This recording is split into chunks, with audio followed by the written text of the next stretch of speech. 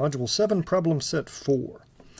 Okay, a nice problem here where we're given blood glucose concentration units in millimoles per liter. This is the concentration unit used in many parts of the world, but in North America, blood glucose is typically reported in milligrams per deciliter. Okay, so we're going to do some dimensional analysis here, and we'll get to use the mole. All right, let's just let that factor label system guide us through the necessary steps. Let's start with what it is we know. 5.26, this is millimoles of compound per liter. Okay, I'm starting with millimoles. We recognize we can convert millimoles to moles by using that milli prefix. We would want millimoles to cancel, be left with moles, 1,000 milli-somethings in a something. I have moles. I could now use the molar mass to convert moles to mass in grams. I calculate the molar mass for glucose there, and I'm going to get 180.15 grams per mole of glucose. Okay, I would have grams at this stage. My desired unit was milligrams. We know how to deal with that. 1 gram is 1,000 milligrams. So as far as my numerator unit is concerned, I'm okay. But I didn't want per liter. I wanted per deciliter. Recall what the deci prefix represents. 10 deci somethings in a something. Millimole has canceled millimole, mole has canceled mole, gram has canceled grams. I've got my milligram. Per liter canceled that liter. I'm left with a per deciliter. I do this prescribed arithmetic, and to the 3 significant figures I'm justified in keeping, I got 94.8 milligrams per deciliter. Here we're asked how many moles of hydroxide are in 33.60 milligrams of barium hydroxide.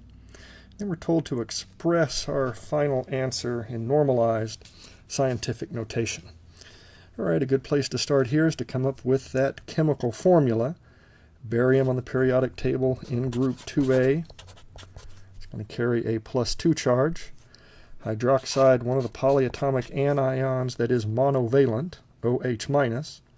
So to make the net neutral compound here, I have twice as many hydroxide as I do barium.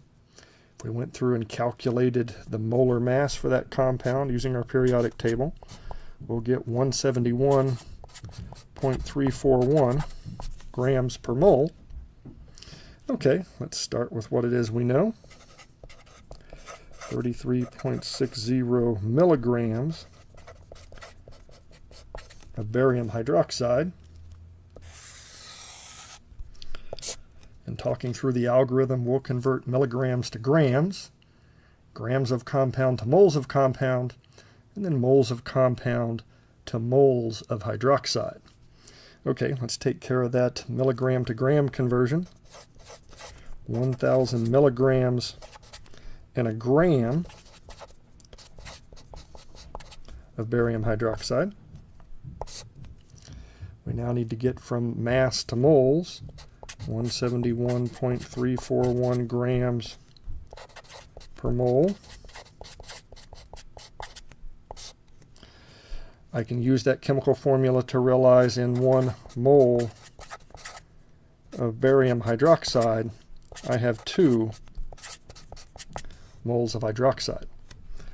Milligram canceled milligram, gram canceled gram, moles of barium hydroxide, canceled moles of barium hydroxide. I'm left with my desired unit, moles of hydroxide. Okay, I went through and did that arithmetic and got 0.000392, justified in 4 significant figures here. That 0 is not placeholding. It is significant. And if I were to express that value in normalized scientific notation, I've moved my decimal place 1, 2, 3, 4 places to the right. That makes that 3.922 times 10 to the minus 4 moles of hydroxide.